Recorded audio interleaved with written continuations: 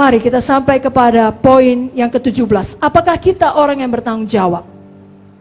Orang yang bertanggung jawab memiliki rasa tanggung jawab yang sangat besar. Ia selalu sadar ia harus memberikan pertanggungjawaban tentang dirinya sendiri. Kalau kita bertanggung jawab, kita takut akan Tuhan. Kita nggak sembarangan ngomong, nggak sembarangan berbuat sesuatu.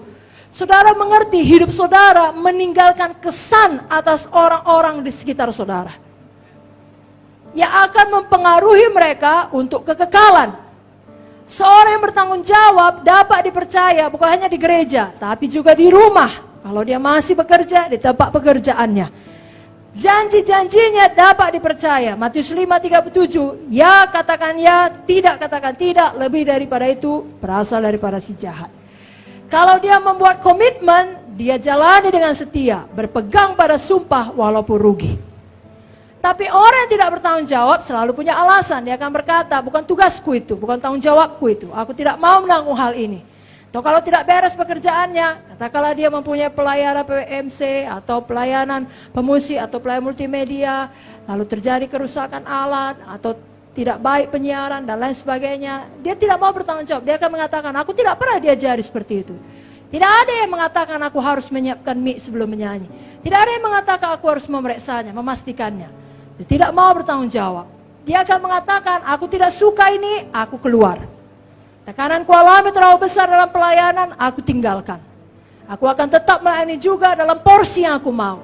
Tidak lagi sebagai full timer, sebagai jemaat biasa. Dan lain sebagainya, itu tidak bertanggung jawab. Kain melepaskan dirinya dari tanggung jawab pada waktu Tuhan menyanyikan, di mana adikmu? Lancar kali mulutnya menjawab, aku bukan penjaga adikku. Saudaraku, kita tidak mau seperti Kain. Kain sampai akhir hidupnya tinggal di tanah Nod. Itu diartikan pengembara. Tidak pernah tenang, saudaraku. Pilatus juga demikian. Pilatus menganggap ia dapat melepaskan dirinya dari dosa menumpahkan darah orang tak bersalah dengan jalan cuci tangan. Enak kali ya.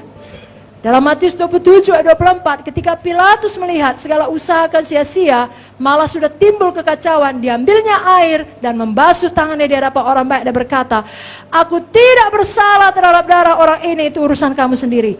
Tapi sesungguhnya Pilatus memiliki kuasa untuk melepaskan atau menghukum. Karena itu Tuhan menganggapnya bertanggung jawab.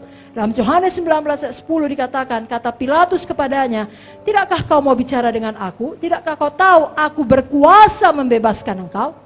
Aku juga berkuasa menyalibkan engkau. Kita tidak mau seperti Kain, tidak mau seperti Pilatus, kita mau teladani Paulus. Paulus saking bertanggung jawabnya, dia sering mengatakan hal yang sering dikatakan bolang juga. Bolang seumur hidupnya dia berkatakan, aku harus bayar hutang. Bukan hutang uang, saudara. Tapi seperti yang dikatakan Paulus, saya bacakan Roma 1 ayat 14-15. Aku berhutang baik kepada orang Yunani maupun kepada orang bukan Yunani, baik kepada orang terpelajar maupun kepada orang yang tidak terpelajar. Itu sebabnya aku ingin memberitakan Injil kepada kamu juga yang diam di Roma. Itulah dia Paulus. Dia mau bertanggung jawab melebihi dari yang seharusnya dia ambil. Dia mau berhutang kepada semua orang.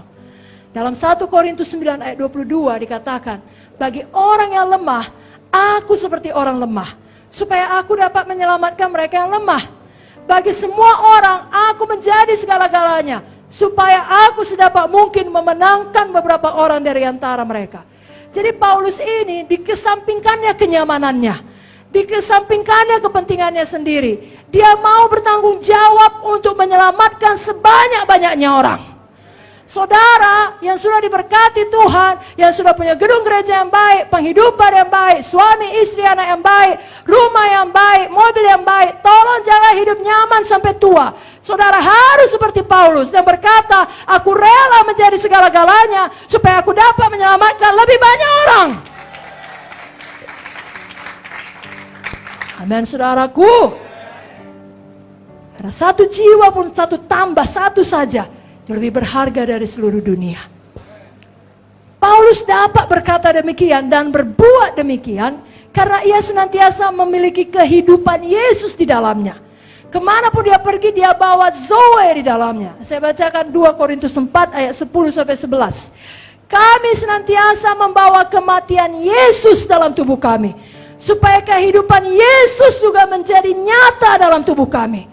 Sebab kami yang masih hidup ini terus-menerus diserahkan pada maut karena Yesus, supaya juga hidup Yesus menjadi nyata dalam tubuh kami yang fana ini. Mari kita seperti Paulus, tidak pernah mengundurkan diri, tapi kita, ya kalau Bolang bilang, sorong diri. Kita sorong diri untuk bertanggung jawab, untuk menyelamatkan lebih banyak jiwa. Pulang kita dari summit, kita jauh lebih berapi-api. Zoe menguasai saudara, dalam nama Yesus. Amin.